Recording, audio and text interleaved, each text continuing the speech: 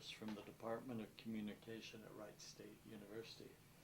Today is July 2nd, 2009, and I am interviewing Dr. Robert Dixon, Professor Emeritus from the Department of Engineering and Computer Science, as part of the WSU Retiree Association's Oral History Project. Dr. Dixon, whom we call Bob at Wright State, thank you very much for joining us today. To get started, will you tell us basically where you came from and how you found Wright State? Okay, I'll tell you a little bit about the generation of young folks who came, and in that that'll give you my background. Excellent. Remember that we were in our late 20s, for most of us, in the math department. So we're pretty young to start out on our own, but we were a product of the post-war. It was sort of an enthusiastic period where we were involved in the Cold War, and we, in a sense, the United States had all the resources in the world, and we were, the country was in a mood to move in the 50s when we graduated from high school. I was sent to college by General Motors, for example.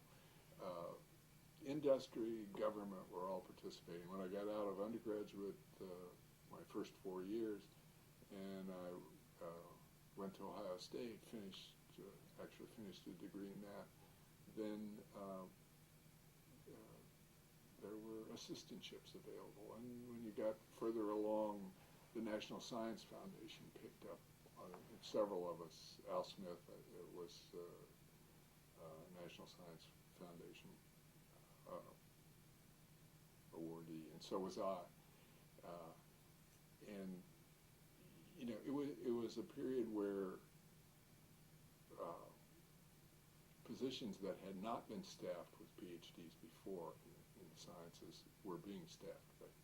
I mean, before the PhDs were gathered at the big universities, and this was the beginning of new universities and spreading out. And so my thesis advisor was a young guy, a student of a guy at the University of Illinois. My first job, I didn't even have to apply for a job, was just go there. The department at Illinois hired 25 people in the math department the year I went there. You know, it was just an enthusiastic time.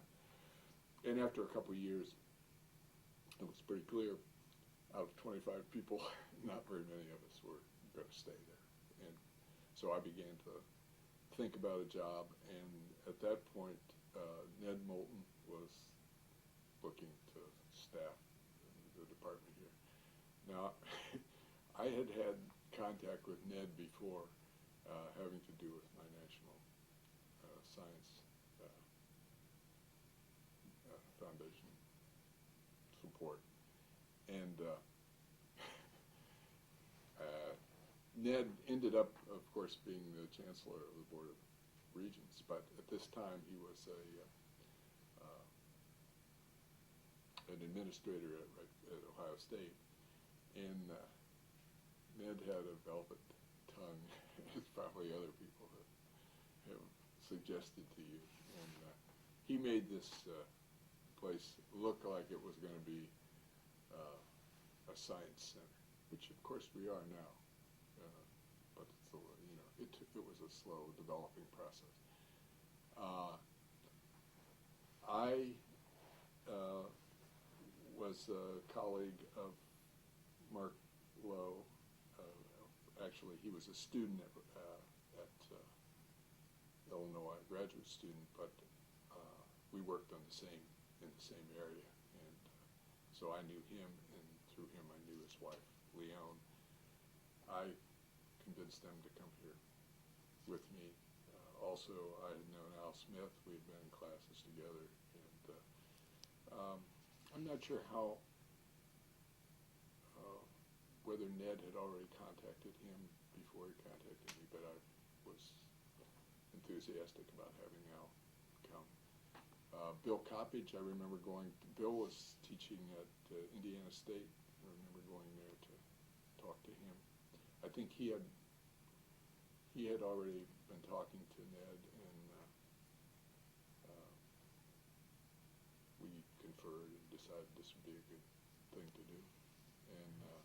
And then Don Schaefer, who had been a graduate student at Ohio State. So we were all Ohio State grads.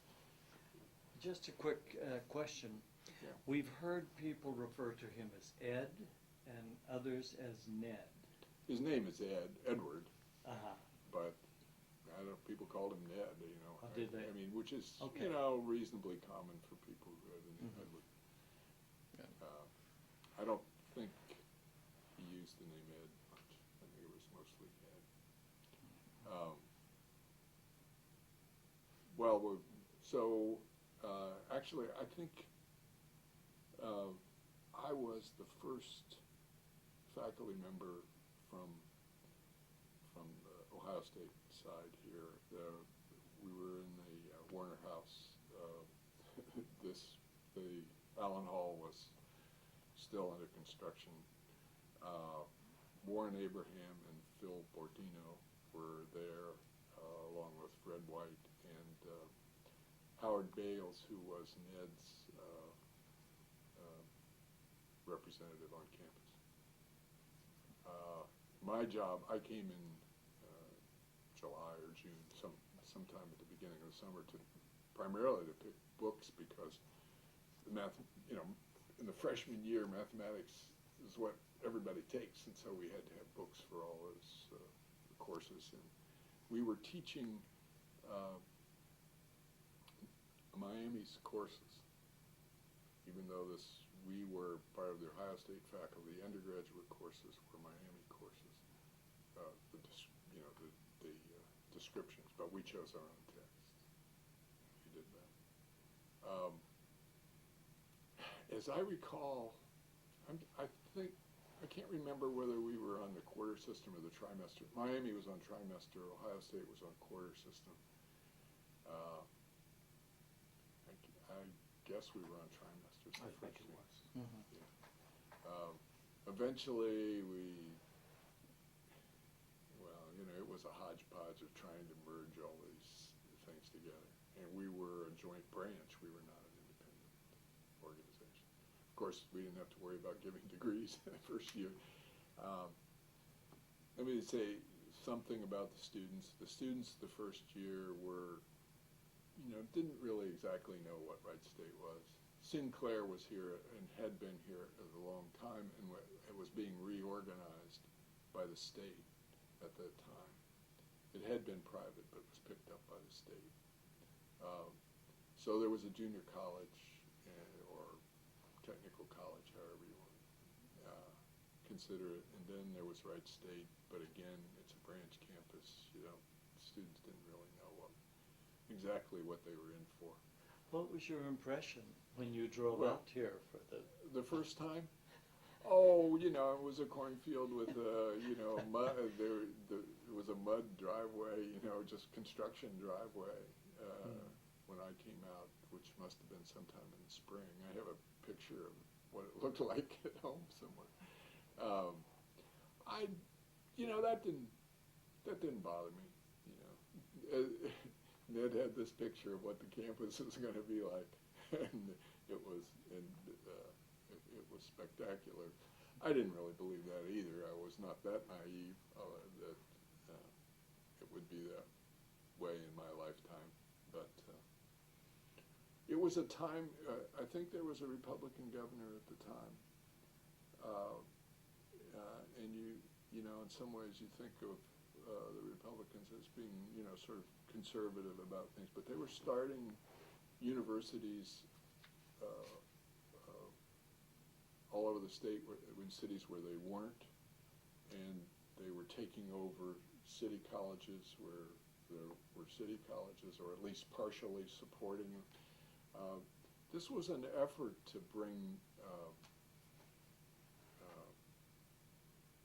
Ohio into the California model, where there was, region had a state, every big population center had a college, a state university, and that even the smaller places would have junior colleges. It was a dynamic time in the state.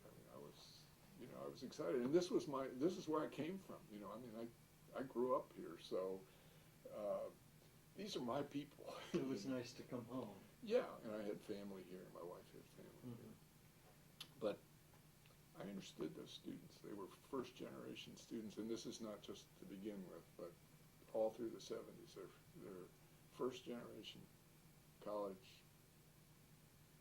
kids and adults who were already working, who wanted to come back, particularly when we got into graduate programs. Now, the graduate program was originally at the Ohio State graduate program was at the base originally, and they brought faculty down, and then they started hiring us to teach individual courses that eventually moved here, and eventually we took over teaching most of the classes as our faculty expanded, and we had a broader set of specialties because the base wanted particular kinds of courses for their people. So, And you were all in Allen Hall. we were all in Allen Hall, again, the fourth floor of Allen Hall. The fascinating thing about it was that it's what I've never taught at a small liberal arts college, but it's what I imagine it should be like. We were, everybody on the faculty knew everybody else, and when we had an evening party, everybody on the faculty was invited, and there was none of the infighting that happens in normal universities and happens here, and which I took my share of part in. But we developed relationships with those people that lasted, through the time we were here. And when we wanted to put together a coalition to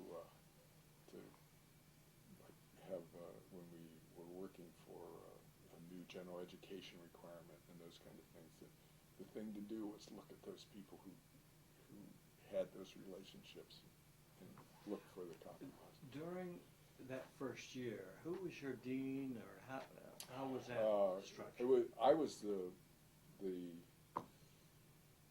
division officer for mathematics and mathematical science, which included engineering. There were two faculty members, Dale Bussman, I can't remember the other guy's name, who were in engineering, and they were closely associated with us, but I never really told them what to do. Even though I had 4 years of an engineering program, I never felt like it was my job to tell them what to do. What was your question? Who was the administrator? Oh, okay. Who was the primary administrator? administrator? The administrator, Fred White was the overall manager, but I guess Phil Bordino was probably and Warren Abraham both were the managers of the liberal arts areas. In our area, Howard Bales became the sort of Ned's representative here. I was, as the division officer, I was not at all happy with that. And as it turns out, I got a grant that first year to cover my summer the next year. Had an NSF grant. I was working with another fellow from Illinois in mathematical biology, and we had a grant. It turned out that the stuff we were doing, I didn't realize it at the time, also applied to nuclear reactions, and so it was one of those things that got support. So I resigned as division officer effective the second year. I figured, I was not happy with the structure, and then At that point, they appointed the guy who was a geologist, became the Ned's representative here on campus. He was sort of like a dean. Can't remember his name. Do you In know? geology? Yeah, he was. Was it John Ray? No, Okay, it's not John Ray. he was in geology. Yeah, but there maybe. I mean, this didn't happen till Oh, for a while. Maybe it didn't happen the second year. Maybe it happened the third year. But he was a nice guy, funny guy. what was your impression of the classes? Describe a little bit about that. The those classes. First. It was classes. slaughter. It was what? Slaughter in mathematics. I mean, we had certain standards, okay, and our charter was not to be a junior college, but to have standards of a regular university, and we did, and the failure rate was high. I mean, we were not happy with that. On the other hand, we simply couldn't put people through into a second year if they were not doing adequate work. So Your classroom. Where was your classroom? our classrooms, they were in Hall, down on the first floor. Yes, there was the wing, which later on became the administrative wing, was actually a science laboratories at that time, and I think the other classrooms were on the first and second, probably third floor. Administration must have been there somewhere, probably third floor. I don't know. What did you see as your biggest challenge that first year? Well, the administration was a problem. I mean, there was not a lot of academic administration on our part. Ned, at this point, after having sold it, Ned sort of pulled back, and he also damped down expectations, because I think Miami probably always realized that we were competition. Ohio State at first, Ned, he was just this energetic guy with a silver tongue, and he just wanted to go forward with this thing and make it really great, And I think at some point, Ohio State realized that, hey, maybe we should just go slow with this. That's what you mean by he stamped down. Expectation. I mean, we had a meeting where he actually said that, things were not going to go as fast as we thought, as we were told originally. Which meant what to you as a meant to professor? us as originally. Well, we didn't know exactly what it meant, but I mean, the picture of the campus got farther in the distance. I think there was a bit of disappointment. Expansion of the faculty would be slower. They would not be we would not. My expectation when we came was that, that eventually we were the first shock troops of young guys, but they would bring in senior people, and that just,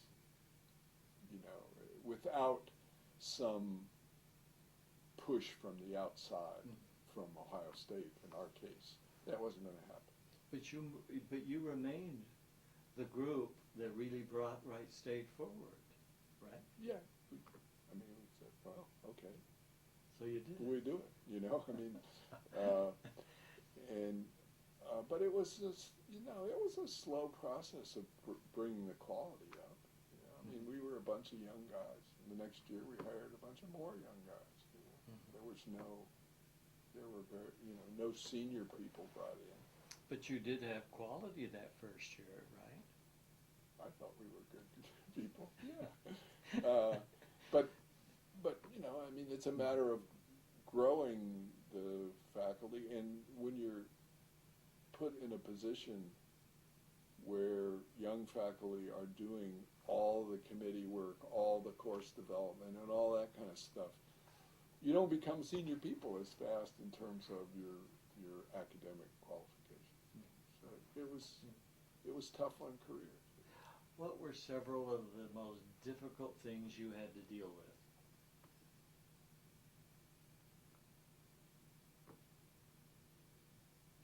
Well, you want to restrict it to the first year or so? No, you go for Okay, as we go forward, Golding was not an easy. The first president was not an easy person to work with, and he didn't really particularly like faculty. And faculty, we were developing a faculty governance, and he was not. He really didn't want to deal with it. I mean, like we had sort of like the president. He was supposed to come in the winter faculty meeting and give a sort of state of the university, and he said he wasn't coming. And at that point, I was somehow involved in the faculty governance administration. I don't know what I was called at that point, but he sort of left me hanging between the faculty and him, and it made me feel bad about it. I just felt conflicted. And we, at that point, started a faculty union. No, that's probably forgotten. But we were part of the AFL. Oh. And that went on for the duration of Golding's tenure until Phil Kegros became chairman. And then that sort of went away. You had like you organized a faculty council, right? A group that. Yeah, there was a faculty governance that we sat down, we organized. I mean, that was an initiative that we took, and that was probably before Golding came, because it was, I don't know how many years it was before he came. Mm-hmm. Do you remember? It was 2 or 3 years. But the faculty took the initiative. Yes. Okay. Yeah. And tell me a little bit more about the union. The union. Well, you have to understand, I came up through General Motors, okay? I was a co-op student at General Motors for 4 years, so I knew about unions, and I knew about conflict. And I left General Motors after I finished my first 4 years because I didn't like that atmosphere. So I was not happy to get involved with that sort of conflict. I didn't think it was academic, but on the other hand, I felt that Golding was not responding to, to ordinary faculty governance kinds of things, So, we did that for a while. I think we did it as long as Golding was here. We never had a vote or anything. Okay. We were a small group, but we used to hassle it whenever we could. Did you have dues? I suppose we did. Yeah. Okay. But I mean, it was only a small group. You were affiliated with whom? The AFL. AFL. Yeah, I can't remember what the actual. It is essentially the AFL Teachers Union. Okay. Now, American Federation of did Teachers. all AFT. of the early faculty belong to that union? No. It was a small group of us. But And we gave them a hard time. Well, that's interesting. I hadn't heard that before. So, any other difficult hurdles right at the beginning? Well, the conflict about having to maintain standards when you don't like the idea of failing a lot of students, but we did it, and the whole idea was that this was a place that had standards like a normal university, and we had all taught in other universities. And, we kind of had even though we were young, we kind of had an idea what the standards ought to be, and so the reputation got out, and within a very short time, we began to attract students who would do that, and I've got to say that after that first year or so, I loved the students here. They were hardworking, and they wanted to learn. Now I must say that when I did my last stint of teaching here, which was a sort of comeback in the 90s, that had dropped off a little bit. But I mean, I think that was just reflected what had happened in the whole society. So you had respect for some of those early students. Oh, sure. And some, and some of them, completed a whole program and were great. They were great students. Mm-hmm. We had good students. We had some poor students, and the good students survived. Were professors purposely difficult or hard on students? No, they just had normal standards, and Okay. and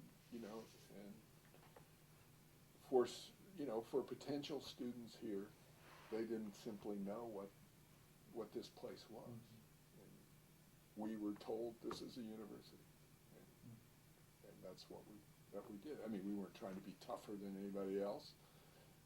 We weren't trying to be easier. We were just trying to have normal standards. In those early years, what do you remember that was probably the most delightful experiences you had?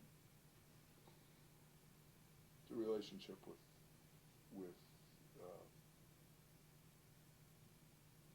all of the faculty, and establishing those relationships which lasted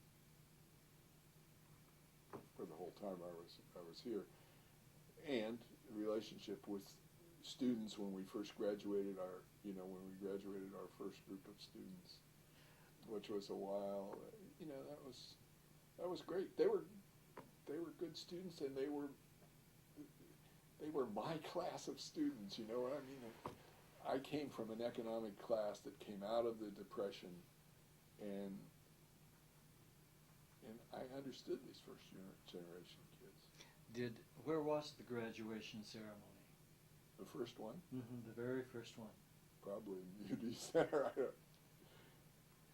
I know we have pictures of a graduation ceremony outside of Allen Hall on the moat. Yeah, there's probably, if it was good weather, there's probably. But I think we did have some in UD. Oh, yeah. But we might very well have had one outside. I think the first couple might have been out on the quad, and I think after that it got too large. And I think it was interesting to see the people seated on the quad. Yeah. So. I had forgotten that. I guess I remember. When did things start to change for you in those early years? If they did, I don't know. No, they did. Well, for one thing, I got involved in computing. In '68. I was involved in computing all along. I was consulting at the base. I had gotten, as a graduate student, interested in computing, but I realized that at that point, people who got too interested in computing never got PhDs because there was no computing program at Ohio State, for example. You had to, go through some other program, and so I'd sort of put that aside. And then when I was at Illinois, I started with the biology, mathematical biology. I started using a computer. When I got here, the Air Force realized that that had AI implications, artificial intelligence, and so I was working some at the base. And then in '68, I went to Buffalo for a year and took a visiting position there teaching, but they had a graduate program in computing, and so I took classes. I didn't take them formally; I just sat in on classes, and then came back, and Joe Kohler and Don Schaefer and I, and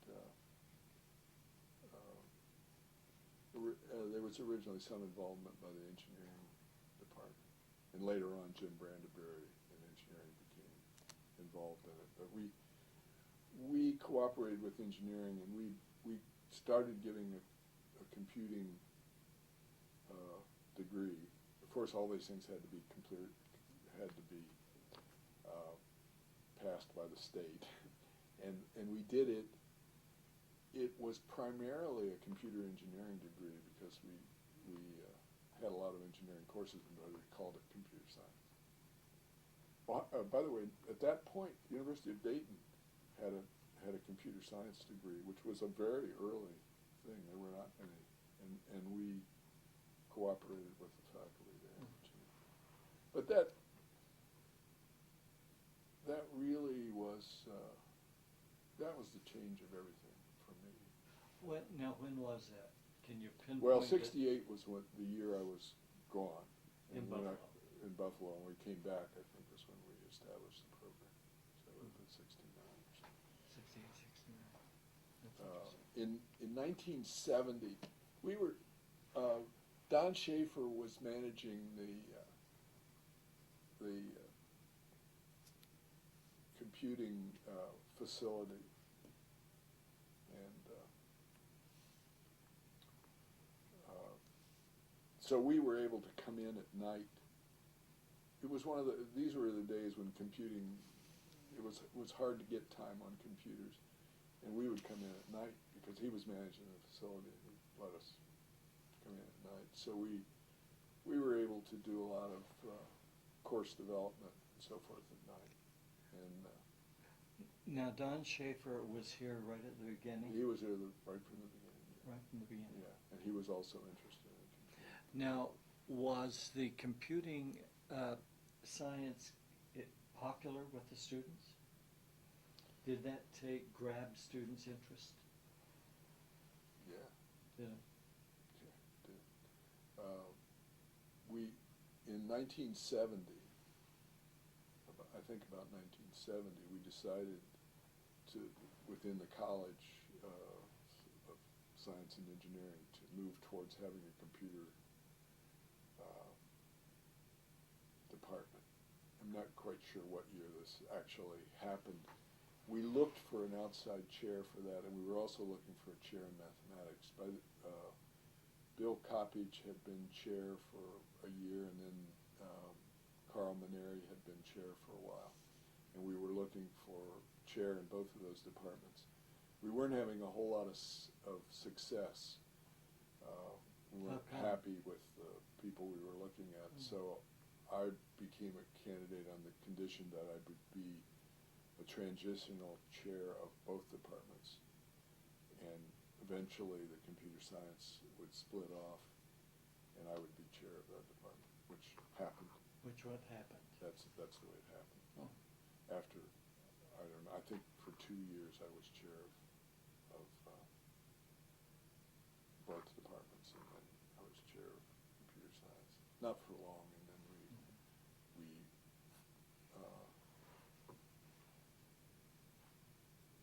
I think Jim Brandeberry then became chair. Not sure. Yeah, Jim Brandeberry came from engineering. He was one of the early, people who expressed an interest in doing that. And we courted him. We needed an engineer in there, and he's a very energetic guy. And then he left after a few years of being chair. He left and went out, started a company, and was gone for a few years. Then came back as chair of electrical engineering, I think, and then became dean. I didn't know he had left for a short period. Yeah, it was a couple of years at a company that contracted at the base. It was interesting.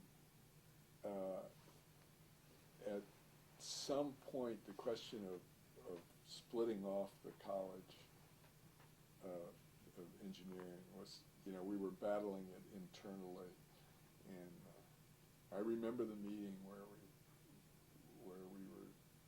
the college was talking about that.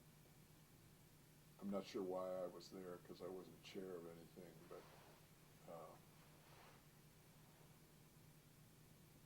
the dean was there, and then various department chairs. For some reason I was there. I don't know. But I remember it was a close thing as to whether or not to split off the college. And I was happy. I guess the reason I was there is because it involved splitting computer science off, and that the faculty in computer science would leave and be in the engineering college. And so it was a close thing. I decided to support it. Although I'm not sure I was happy staying there, but Jim wanted to go, and he was, he was a strong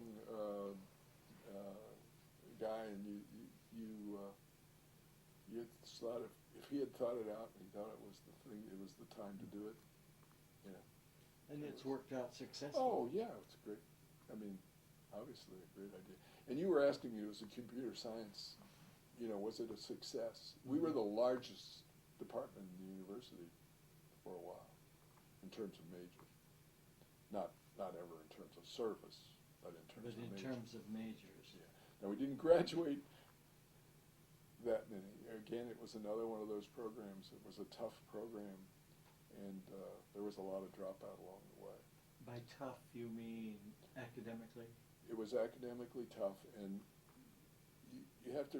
This department is in the context of the base that was here, and we were training people not just for the base, but we had a very technical program where people were putting together systems, and I can remember telling my classes, some of my advanced classes, when if somebody makes a mistake in finance somewhere, well, they'll get balled out, maybe they'll get fired, but it'll get fixed. You write the control system for an airplane, and you make a mistake and people die. So you want to know what you're doing. There's a certain level of standard that we had to have in that program. That we just could not put people out unless they were competent, and we maintained very high standards. I sense that you have a great deal of respect for the Wright-Patterson, and in your work with them and the influence they had on developing the programs here at Wright State. That's true. I don't want you to think, though, that we were working just for them. No, I'm I not mean, inferring we that. had a lot of their people there, particularly in the graduate program, Mm-hmm. people coming here for program, and they hired a lot of our students.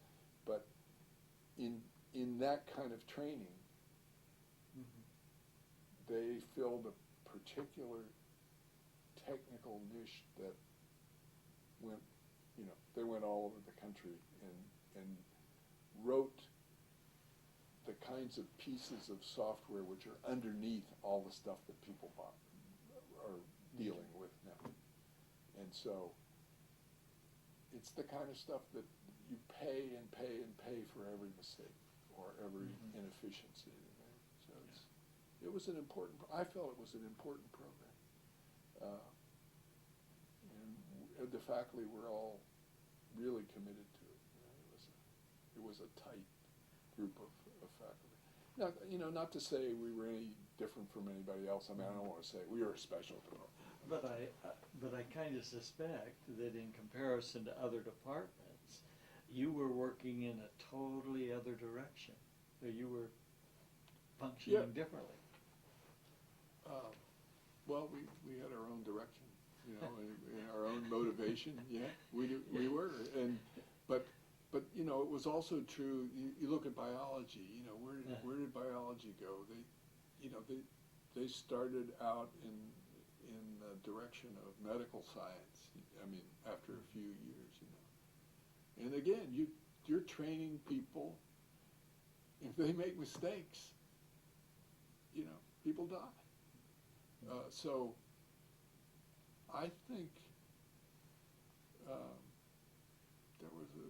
there was a sense that the students that we put out here in the sciences, it's important work, and they were students who would work and work and work. I taught, at other places.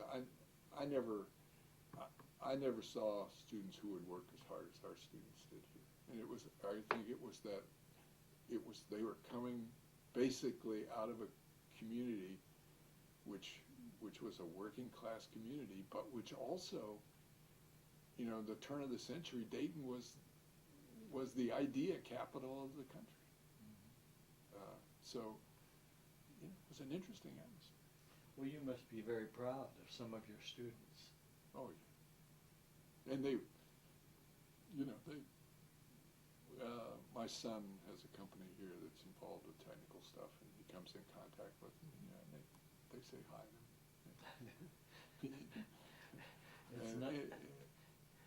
It's nice to be remembered so positively by your students. Yeah. And then, of course, for the ones who didn't make it, it's probably, they probably don't have such good memory. Yeah. But it wasn't a lot of our students who decided to moved into related fields, and got degrees. It wasn't that we just flunked them out. You know, we had a targeted audience, and they moved into other programs. Did you have any fun at those years? Oh, did I have fun? Yeah, I loved it. You know, we all did. I mean, just the fact that the students would work so hard, you know, and the things that they would accomplish in a class was exciting. You know. And this wasn't all. I mean, we had a graduate program, but this was a lot of us. Most of it that I was involved in was undergraduate work. We were not anxious to get a master's program. The dean wanted us to get a master's program, so we did. The dean at this time was? Bob, can't remember his name, sorry. But you didn't necessarily want to move to the master's program. No, not really, because we had such a strong undergraduate program, and we gave graduate courses, graduate credit, but the question of offering a degree was not something we were particularly anxious to do, but we did it, and then eventually the department got a PhD program, but I didn't really participate much in that. I didn't have any students. Were you involved at all beyond your academic area in university functioning? Yes. Activities? Yes. What? Well, I guess because I was here originally, I had contacts all over the university, so I got on various committees and things, and at one point the university was reorganized. We had a reorganization. This was when Kegros was still president, and I was on that committee with its board of trustees people, and I got a good story to tell you about it. Al Smith, Al Smith, who was working in the executive wing at that time, was the secretary of this committee. Took the notes and then distributed the minutes, and pretty much as a faculty member, I had very little influence. I mean, you could say something, but they didn't pay any attention to it. I mean, these are, there's presidents and deans and board of trustees members and consultants, and then a few faculty members. And but I would talk to Al, and I would say, "Oh, I would rather be the secretary than a member, because I get to write the minutes, and if I write that that somebody said something, they think if they said it, it must be right, So he had more influence than I did, certainly. That was tongue-in-cheek. I'm sure he actually did give the accurate minutes, but Al was an important influence in the university over time. Now, which presidents did you work under here? All of them. Starting with Golding. Or what? Golding, Kettering, well, Fred White, Golding, Kettering, and what? Gold, Keggers. Keggers, Page. Page, and then I came back for a short period of stint as the chair in the '90s, just as a temporary chair till they got a new chair. I had been gone about 5 years, and at that point, I think probably Kim was chair. No, I mean, was the president. There's flack between them. yeah. No, Flack was before Kim. Kim would have been about 98. oh, okay, then it was. Were you here with I Harvey guess it Flack? would have been Flack, I guess, but Harley I didn't have anything to Yeah. do with him, but I was here in 94. Okay. Now, you were president of the faculty a number of times. Well, I was, originally, the first year, this conflict with Golding, I was I don't know what it was called at that point, we were just organizing the faculty, but I was some sort of representative, and then I guess just once after that. Oh. And that was when I had to give some speeches, and the giving is not my thing, and you gave me some hints, and I guess I got through it. Nobody booed me off the stage, so. But I appreciated the help. What, if you had to list probably two of your most important memories of Wright State, what would they be? I have one that was a personal thing, as it turned out. My wife had been, she'd been in English, well, she studied business for a while and been an English major, and then became a mother and was just, staying home. And at the point when the nursing school here was being considered, it arose out of a proposal within the science and engineering college, and I was a chair at the time, so it must have been in the 70s, and I was on a committee, and we looked at the proposal, and I looked at it, and the numbers were fudged. I knew about how things or subsidies came from the state, and I knew what, had the figures on what nursing got subsidized on. And they showed that when I went through them, that this was going to be a money-losing program. And I raised some objections, and the dean said, "Well, okay, think about it till next week, and then we'll make a decision." And I don't know whether if I had objected or not, they would have not have put it out. But I thought about it, and I thought, these numbers have to do with departments and so forth, but we're thinking about the whole university and the community. To hell with it. I'm not going to stand in the way of having a nursing program because I knew nursing was moving towards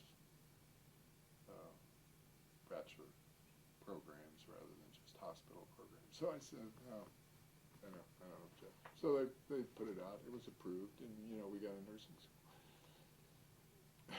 In the meantime, my wife had a baby, or maybe she'd already had one. But anyway, she took trained childbirth classes, and then they asked her, would she like to take the training to teach them? She said she would. And then, after doing that for a few years, she decided she would like to become a nurse. And there was a nursing program here. So she went to the nursing program, and then she went and got a master's degree at Ohio State and had a 20-year career, helped found hospice in Dayton, which turned out to be a really significant program. It was when hospices were just started. So, the thing that a couple things that I remember were things that I didn't do, was not object to that, and then the thing of supporting Jim on the the engineering college when I really wasn't all that, you know, I personally didn't, I was comfortable where I was, you know, those are the things that, you know, you think back. They're not the things that I did, but the things that I didn't do, you know. um, it's easy when you know, a developing thing to make mistakes, and I certainly made my share of it. But sometimes you just avoid it. You know? But what was your biggest success? In your mind, what was your biggest success at Wright State?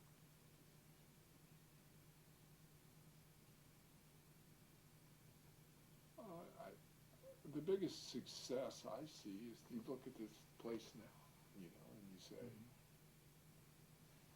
like I said in these programs, I didn't get in the way of it, probably.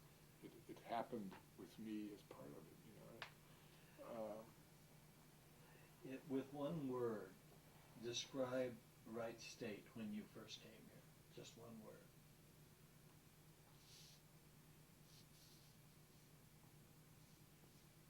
Potential. Okay. One word, Wright State today.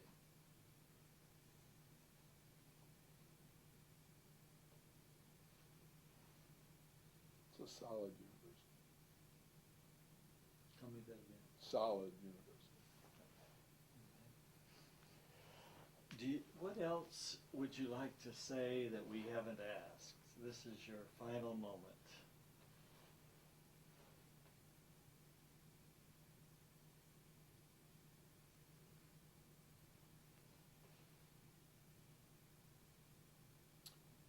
I think it was kind of a unique time in the way this country was developed. Was it when, you know, when we came here? It's kind of a unique opportunity to start on something when you're almost a kid and see it almost 50 years later. Yeah. Unique. I'm not sure that's happening now or that it will ever happen again like that in this country. Yeah. So it was a unique opportunity.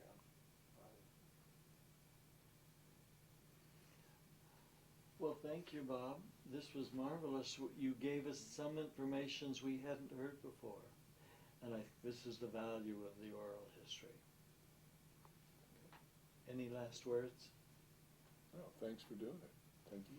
Thank you. Both of you.